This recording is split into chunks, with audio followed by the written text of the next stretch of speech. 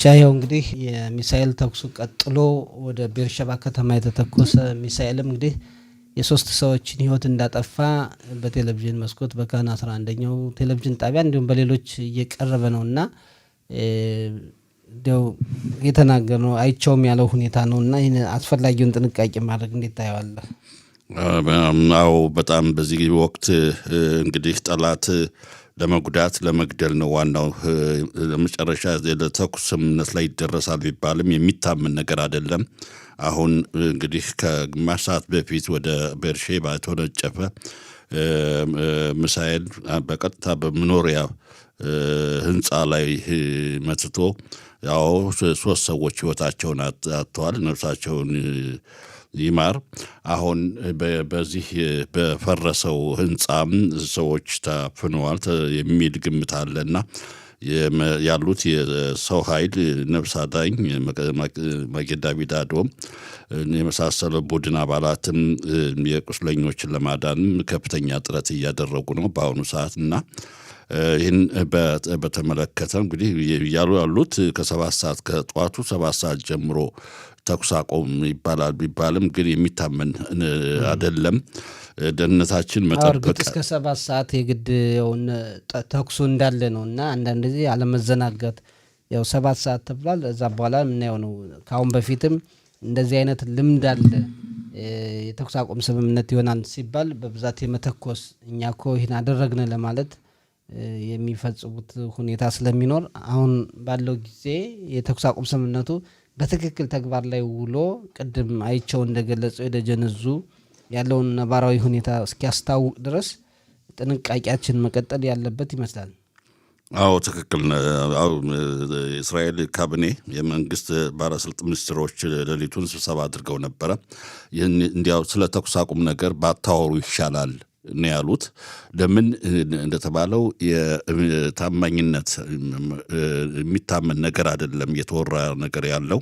እናም የወጣው የደጀን እዝ ያወጣው የመከላከያ መመሪያዎቹ እንዳለ ሆኖ መከበር እንዳለበት እንግዲህ እያንዳንዳችን ህይወታችን መጠበቅ አለብን። እንግዲህ ማስጠንቀቂያ ዛቃ በሰማን ቁጥር ያው ወደ መከላከያ ክፍል መሆን አለብን ያለው። እንግዲህ እስከ መቼ ነው? ቅድም እንዳልከው ሰጠኛው በሁለቱ አቅጣጫዎች በእስራኤል በኩል በኢራን በኩል እንግዲህ ጦርነት ከጀመረ 12 ዛሬ 12ኛ ቀኑን ያስቆጠረ ስለሆነ ይሄ መቼ ነው የተረጋጋ እውነተኛ ተኩስ ስምምነት የሚሆነው? አሁን አልታወቀም። በቀጣይነት እየተከታተልን እንግዲህ መረጃዎችን ለአድማጮቻችን እናደርሳለን። እዚህ ላይ እንግዲህ የተኩስ አቁም ስምምነት በሁለቱ ወገኖች በኩል ተደርሷል ብለው ፕሬዚዳንት ትራምፕ አስታውቀዋል። 7 ሰዓት ላይ ጀምሮ ተግባር ላይ ይውላል ነው የተባለው። እስከ 7 ሰዓት ላይ ግን እስከ 7 ሰዓት ድረስ በተኩስ ውስጥ ነን፣ በጦርነት ውስጥ ነን እና እስራኤልም ቢሆን የቀራትን ነገሮች አሁን አንድ ሳይንቲስት ለመደምሰስ ንጋቱ ላይ ጥረት እንዳደረገች የተገለጸበት ሁኔታ አለ። አንዳንድ ወታደራዊ ሰፈሮች እዛ የሚቀሩ ነገሮችን እርምጃ የምትወስድበት ሁኔታ ስለሚኖር እነሱም ያጸፋ መልስ ስለሚሰጡ እንግዲህ አስፈላጊውን ጥንቃቄ ማድረግ ያስፈልጋል። በጠዋቱ 3 ሰዎች ህይወታቸው አለፈ ተብሎ ዜና ማቅረባችን ራሱ የሚያሳዝን ነውና በዚህ የተኩስ አቁም ስምምነት ይሆናል በተባለበት ቀን ስለዚህ አስፈላጊው ጥንቃቄ ማድረግ ነው። ሌላው ትላንትም ከትላንት ወዲያም ሲነገር የነበረ ያው ዋናው ዓላማ የኢራንን የኒውክለር አቅም የማዳከም ሁኔታ የባሊስቲክ ሚሳይሎችን አሰራር የመቀነስ ሁኔታና የማውደም ሁኔታ የተካሄደበትና ጦርነቱ በአጭር ቀናት ውስጥ ይጠናቀቃል ሲባል ነበር። ተግባራዊ የሆነ ያለ ይመስላል። ሻየው አዎ አሁን ላይ ሆነን እንግዲህ ሌሊቱን የአሜሪካ የኢራን ውጭ ጉዳይ ሚኒስትር ይፋዊ መግለጫ ያለው ምንድነው? እስራኤል አታጠቃን፣ ካልጠቃችን እኛም ኢራኖች ምላሽ አንሰጥም የሚል ሐሳብ አናጠቃም፣ ኢራን የማጥቃት እርምጃዋን ታቁም ብሏል። እንግዲህ ሁኔታ አሁን በአሁኑ ሰዓትም ቢሆን አንዳንድ ማስጠንቀቂያ ዛቃም በውንጨፋ ላይ ነው ከኢራን ወደ እስራኤል ሚሳኤል ተኩሱ እንደቀጠለ ስለሆነ ይህንን ማስጠንቀቂያ ስንሰማ እንግዲህ ወደ በአደጋ መጠለያ ቦታ ግቡ ነው አቅራቢያ ካሁኑ ግቡ የሚል ትዕዛዝ እስከሚመጣ ከመከላከያ ክፍል አጠገብ ሁኑ።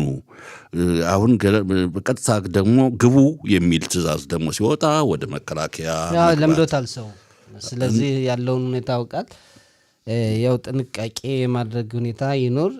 ያለው አጣብቂኝ ሰዓት ውስጥ ነው ያለነው። ፈታኝ የሆነ ጊዜ ነው። በዚህም ቅድም እንደተባለው በብርሼባ ሶስት ሰዎች ህይወታቸውን አጡ። ነፍሳቸውን ይማር። እንግዲህ ይህን ነገር በጥንቃቄ መፈጸም አለብን። መመሪያዎችን መፈጸም አለብን ማለት ነው። እንግዲህ ሌላው እንግዲህ አሜሪካ በ3 የኢራን የኒውክሌር ተቋማት ላይ ከባድ ጥቃት መፈጸሟ ይታወቃል። እስራኤልም ስትፈጽምበት የነበረው ነው።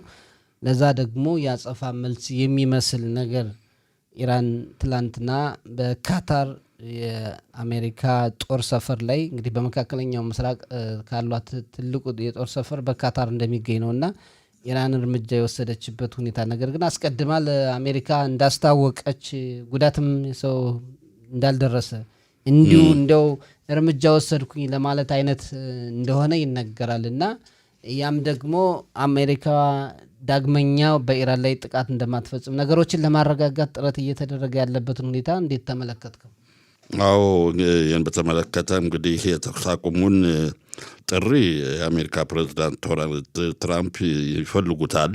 ጦርነቱ እንዲቀጥል አይፈልጉም። ትራምፕ አሁን እንዳልከው ትናንት ማምሻውን ነው እንግዲህ ትናንት ቀኑን ኢራን በዚህ በመካከለኛው ምስራቅ እንደ ኳታር እንደ ኢራቅ የሚገኙ የአሜሪካ ወታደራዊ ተቋማት ላይ አጠቃለው ስትዝት ከዋለች በኋላ ትናንት ማምሻውን አካባቢ ፈጽመዋለች።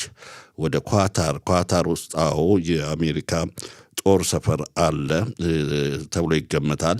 እንዲሁም አለ በኢራቅ እንግዲህ ኢራቅ የኢራን ጎረቤት ነች። ደግሞ ዛም የአሜሪካ ጦር ሰፈር አለ። ወደዛም ወንጭፋለች ሚሳኤል። ብዙ በመካከለኛው ምስራቅ ብዙ የጦር ሰፈር ባህሪን ውስጥም አለ። በኩዌትም ሳይቀር ይነገር የአሜሪካ ጦር ሰፈር እንዳለ ይነገራል። አሁን ትናንት ምሽት በረዥም ርቀት ተምዘግዛጊ ሚሳኤሎች ወደ ኳታር የአሜሪካ ወታደራዊ ሰፈር ተወንጭፋለች። ግን በሰው ላይ ጉዳት አልደረሰም። በኢራቅ ጥቃት ላይ በሰው ላይ ስለመጎዳቱ አልተገለጸም። እንግዲህ በእንዲህ አይነት ሁኔታ መፋፋም እንደሌለበትና መረጋጋትና ወገን እስራኤልም በኢራን ተኩስ እንዲያቆሙ ነው እንግዲህ አሁን ግፊት እየተደረገ ያለ ጫና እየተደረገ ነው። እንግዲህ ይህን በተመለከተ እንግዲህ ቅድም እንደተባለው ያው የደጀን እዝ የመከላከያ መመሪያዎችን የማክበር ሁኔታ ላይ ትኩረት ማድረግ አለብን። እንግዲህ ከጊዜ ወደ ጊዜ እስከ 7 ሰዓት ጠዋት ጀምሮ ነው እንግዲህ ይሄ የተኩስ አቁሙ ይፈጸማል ተብሎ የሚጠበቀው፣ ግን የሚታመን ነገር አይደለም። አሁንም ቢሆን ጥንቃቄ እናድርግ ነው። እናመሰግናለን። ከዚህ ቀጥለን የዛሬ ጋዜጦች ለአንባቢያን ያቀረቧቸውን ዘገባዎች ባጭሩ እንመለከታለን። በዛሬው ዕለት ክፍላችን የደረሱት 3 ጋዜጦች ኢዲዮት አህሮኖት፣ ሀሬጽና እስራኤል አየሁም ናቸው። የኢዲዮት አህሮኖት ጋዜጣ ዛሬ ትኩረት አድርጎ የዘገበው በእስራኤልና ኢራን መካከል ላለፉት 12 ቀናት ሲካሄድ የቆየው ጦርነት ወደ መጨረሻው እየተቃረበ መሆኑን ነው። አሜሪካ በኢራን 3 የኒውክሌር ተቋማት ላይ ለወሰደችው ከባድ ጥቃት ኢራን ያጸፋ መልስ እንደምትሰጥ ስትዝት ነበር። በትላንትናው ዕለት በካታር በሚገኘው የአሜሪካ ጦር ሰፈር ላይ 10 የሚሆኑ ሚሳይሎችን ተኩሳለች ብሏል ጋዜጣው። ይሁን እንጂ ኢራን ወደ አሜሪካው ጦር ሰፈር ተኩስ ከመክፈቷ በፊት ለአሜሪካ በሌላ መንገድ አስታውቃ እንደነበርና በአሜሪካ ወታደሮችም ሆነ ሌሎች አካላት ላይ ምንም አይነት ጉዳት አልደረሰም ተብሏል። ፕሬዚዳንት ትራምፕም ኢራን በካታር በሚገኘው የአሜሪካ ጦር ሰፈር ላይ ጥቃት ብትፈጽምም ሀገራቸውን እንደገና ሌላ ያጸፋ መልስ የማትሰጥ መሆኑን አስታውቀዋል። ይህ ደግሞ ውጥረቱ እንዳይቀጥል የሚያደርግ ነው ተብሏል። ኢራን አሁንም አቅም አለኝ እንድትልና ለስሙ ምላሽ ሰጥቻለሁ በሚል የልብ ልብ እንዲሰማት የሚያደርግ እንደሆነ ይገለጻል። አሜሪካ በኢራን ላይ ሌላ እርምጃ ለመውሰድ አለመፈለጓ ጦርነቱ እንዲያበቃ መሆኑ ምልክቶች ናቸው ብሏል ጋዜጣው። እስራኤልም ብትሆን በኢራን ላይ እያካሄደች ያለውን ጦርነት የመጨረስ ፍላጎት እንዳላት መልእክት ለማስተላለፍ እየሞከረች ነው።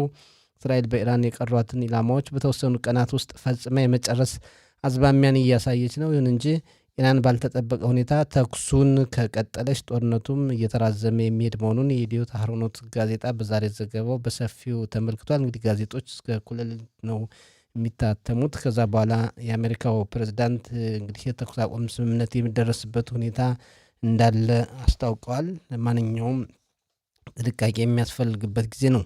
ሌላው የኢዲዮት አህሮኖት ጋዜጣ በዛሬ ዘገባው ከኢራን ጋር የሚካሄደው ጦርነት ቀጣይ ሁኔታ ምን ሊሆን ይችላል በሚል 10 ዋና ዋና ነጥቦችን አንስቷል።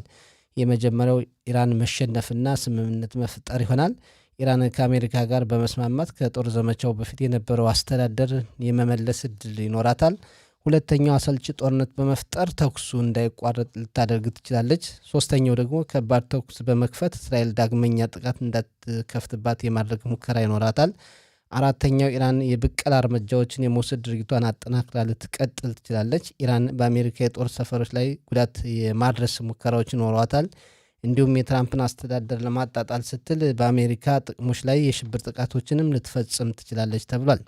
አምስተኛው የኢራን አስተዳደርን የመጣል ሁኔታ ይኖራል። እስራኤልና አሜሪካ በትብብር የአያቶላዎችን አስተዳደር ለመጣል ይሞክሩ ይሆናል። ለ4 አስርተ ዓመታት ሀገሪቱን በእስላማዊ አስተዳደር ማነቆ አስገብቶ ችግር እየፈጠረባት ያለውን የአያቶላ አስተዳደር እንዲወርድ ማድረግ ይሆናል። ጸረ እስራኤል፣ ጸረ አሜሪካና ጸረ ምዕራባውያን እንቅስቃሴዎችን ሲያደርግ የቆየው የአያቶላው አስተዳደር መውደቅ የጦርነቱ መጠናቀቅ አንዱ ግብ ሊሆን የሚችልበት አጋጣሚ እንደሚኖር ነው የተገለጸው። ስድስተኛ ኢራን የኒውክሌር እቅዷን ከጉዳት የማዳን ሙከራዎችን ልታደርግ ትችላለች። ኢራን የተብላላ የኡራኒየም ንጥረ ነገርን የቅርብ ወዳጆቿ ወደ ሆኑት ፓኪስታንና ሰሜን ኮሪያ በማሸሸት የኒውክሌር ጦር መሳሪያ ልትሰራ የምትችልበት እድልን ልትፈጠር ትችላለች ተብሏል። ሰባተኛ ኢራን ወደ ሶሪያ እንደገና ጠልቃ ለመግባት አሁን ያለውን አስተዳደር በመጣል የራሷን ኃይል ለማስፋፋት ትጥር ይሆናል።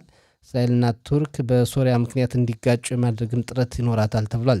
ስምንተኛው የሽብር ጥቃቶችን መፈጸም ኢራን በውጭ ሀገራት በሚገኙ የእስራኤል ኤምባሲ ጽህፈት ቤቶች፣ ይሁዳውያንና እስራኤል ተቋማት ላይ የሽብር ጥቃቶችን ልትፈጽም ትችላለች። ዘጠነኛ ኢራን የኒውክሌር ጦር መሳሪያ በራሱ አቅም የምትሰራበትን ሁኔታ ልትፈጥር ትችላለች። ጥቃት ያልደረሰበትን አሊያም የደበቀችውን የኡራኒየም ንጥረ ነገር በመጠቀም የኒውክሌር ጦር መሳሪያ ልትሰራ ትችላለች። አስረኛ አጠቃላይ ጦርነት ልታስነሳ ትችላለች። ኢራን በግጭቱ እስከ መጨረሻ በመሄድ የሺህ ማህበረሰብ ተዋጊዎችን በመያዝና ነዳጅ የሚተላለፍበትን የሆርሙዝን ባህር ወሽመጥ በመዝጋት ኢራን አጠቃላይ ጦርነት ውስጥ ልትገባ የምትችልበት አጋጣሚ እንደሚኖር የኢዲዮት አህሮኖት ጋዜጣ 10 ነጥቦችን በማንሳት የወደፊቱን የኢራን አቋም በዘገባው ለመተንበይ ሞክሯል። የኢዲዮት አህሮኖት ጋዜጣ ካቀረባቸው ሌሎች ዘገባዎች መካከል አንዱ ባለፈው ሳምንት በራማት ጋን ከተማ ጉዳት ከደረሰበት ህንፃ ፍርስራሽ ውስጥ እንዲወጣ የተደረገው ዮአብ የተባለ የ1 ወር ከ15 ቀን ዕድሜ ያለው ገና ለጋ ህፃን ወታደር ኖዋ ባካር በእጇ ይዛው ስትወጣ ዓለም ፎቶ ምስሉን ተመልክቷል። ህፃኑ ትላንት ከቤተሰቦቹ ጋር ተቀላቅሏል። ቤተሰቦቹም ለወታደር ኖዋ ምስጋና አቅርበዋል። ለልጆቻችን ደህንነት ስትይ ያንቺን ህይወት አደጋ ላይ ጥለሻል በማለት አድንቀው ከፍ ያለ ምስጋና ማቅረባቸውን የኢዲዮት አህሮኖት ጋዜጣ በሰፊው ዘግቧል። ወታደር ኖዋ ባለፈው ሳምንት ልጁን ከህንፃ ፍርስራሽ ውስጥ ስታስወጣውና ትላንት ደግሞ ለቤተሰቦቹ ስታስረክብ የሚያሳዩ ፎቶግራፎችን ጋዜጣው ከዘገባው ጋር አያይዞ አቅርቧል። የኢዲዮት አህሮኖት ጋዜጣ ኢራን በርካታ ሚሳይሎችን በመተኮስ የዜጎችን የእንቅልፍ ማጣት ችግር ለመቋቋም ምን ማድረግ ያስፈልጋል በማለት የተለያዩ ምክሮችን አቅርበዋል። በተለይ በሚሳይል ተኩስ እና የተለያዩ የአደጋ ጊዜ ማስጠንቀቂያ ደወሎች በሚሰሙበት ጊዜ ዜጎች እንቅልፋቸውን አቋርጠው የሚሄዱበትን ሁኔታ ለመከላከል ምን ማድረግ ያስፈልጋል በሚል የባለሙያዎችን ምክር አቅርቧል። በመጀመሪያ የዕለት ከዕለት እንቅስቃሴያችሁን ጠብቁ፣ የመኝታ ሰዓታችሁን ጠብቁ ብሏል። ሲቀጥልም በቴሌቪዥን መስኮቶች ሁሌም መመልከትን አቁሙ፣ ቢያንስ ልትተኙ በምትፈልጉበት ወቅት ግማሽ ሰዓት ያክል ከቴሌቪዥን ስክሪኖች ራቁ ይላል። ከዚያም ሌሊት የመገናኛ አውታሮች የሚያቀርባቸውን ዜናዎች ከመከታተል ተቆጠቡ። ባላችሁበት የስፖርት እንቅስቃሴ ማድረጋችሁን አትርሱ። የተመቻቸና ጸጥ ያለ የመኝታ ቦታ ፈልጉ። በዚህ ወቅት አዛካ ወይም የሚሳኤል ተኩስ ማስጠንቀቂያ ደወል መቼ እንደሚኖር ስለማይታወቅ ቀደም ብላችሁ ለመተኛት ሞክሩ። ከአደጋ መጠለያ ቦታ ከተመለሳችሁ በኋላ ለመተኛት ሞክሩ። እንቅልፍ ካልያዛችሁ የስፖርት እንቅስቃሴ ያደርጉ። ነገሮች አመች ካልሆኑ የአደጋ መከላከያ ቦታውን አዘጋጅታችሁ ለመኝታ ምቹ ሁኔታን ፍጠሩ። የሚቻል ከሆነም በአደጋ መከላከያ ቦታ ለመተኛት ሞክሩ።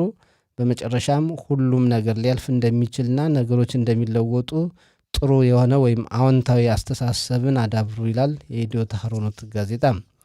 ወደ ሀሬጽ ስናልፍ እሱም ሀሬጽም እንደ እስራኤል ሀየውም ሌሎችም ጋዜጦች ኢራን አሜሪካ ለፈጸመችባት ጥቃት እንዲሁ ለይምሰል በካታር የአሜሪካ ጦር ሰፈር ላይ ያጸፋ እርምጃ ወሰደች ይላል።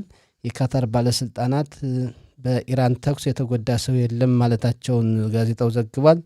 ሌላው እስራኤል በኢራን ወታደራዊ ይዞታዎች ጥቃቷን አጠናክራ ቀጥላለች። የአያቶላዎችን አስተዳደር የሚቃወሙ ዜጎች የታሰሩበትን እስር ቤት ሳይቀር እስራኤል አጥቅታ የፖለቲከኛ እስረኞች እንዲወጡ ያደረገችበት ሁኔታ መኖሩን ሀሬጽ ዘግቧል። በኢራን የኒውክሌር ባለሙያ የሆኑ አንድ ግለሰብ እንደገለጹት በፎርዶ የነበረው የኒውክሌር ማብለያ ተቋም በእስራኤልና አሜሪካ ጥቃት ከጥቅም ውጭ መሆኑን መናገራቸውን ሀሬጽ ዘግቧል። ሌላው እስራኤልና ኢራን ሲፈላለጉ ከቆዩ ከብዙ 10 ዓመታት በኋላ እስራኤል ከአንዲት ሉዓላዊት ሀገር ጋር እየተዋጋች ትገኛለች። ጦርነቱ ብቻ ሳይሆን በዓለም አቀፍ ፍርድ ቤትም ሊያስጠይቅ የሚችል ተግዳሮት እንዳለው ሀሬጽ ዘግቧል። የእስራኤል አየም ጋዜጣም እንደ ሌሎች ጋዜጦች ትኩረት ሰጥቶ የዘገበው ጦርነቱ በተወሰኑ ቀናት ውስጥ ያልቃል ተብሎ ይገመታል ብሏል። እንዲሁም ኢራን በካታር በሚገኘው የአሜሪካ ጦር ሰፈር ላይ አጠቃሽ ጥቃት ፈጸመች በማለት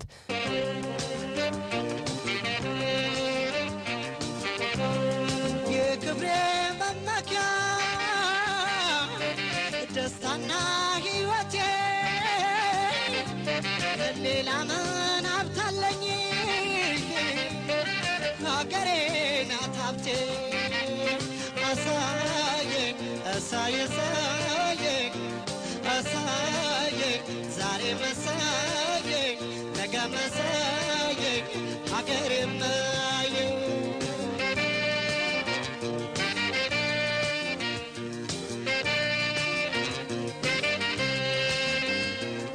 ፍሬዋ ቀለቤ እሰይ እሰይ እሰይ አየሯ ሽታዬ እሰይ እሰይ እሰይ የማይቆረጥ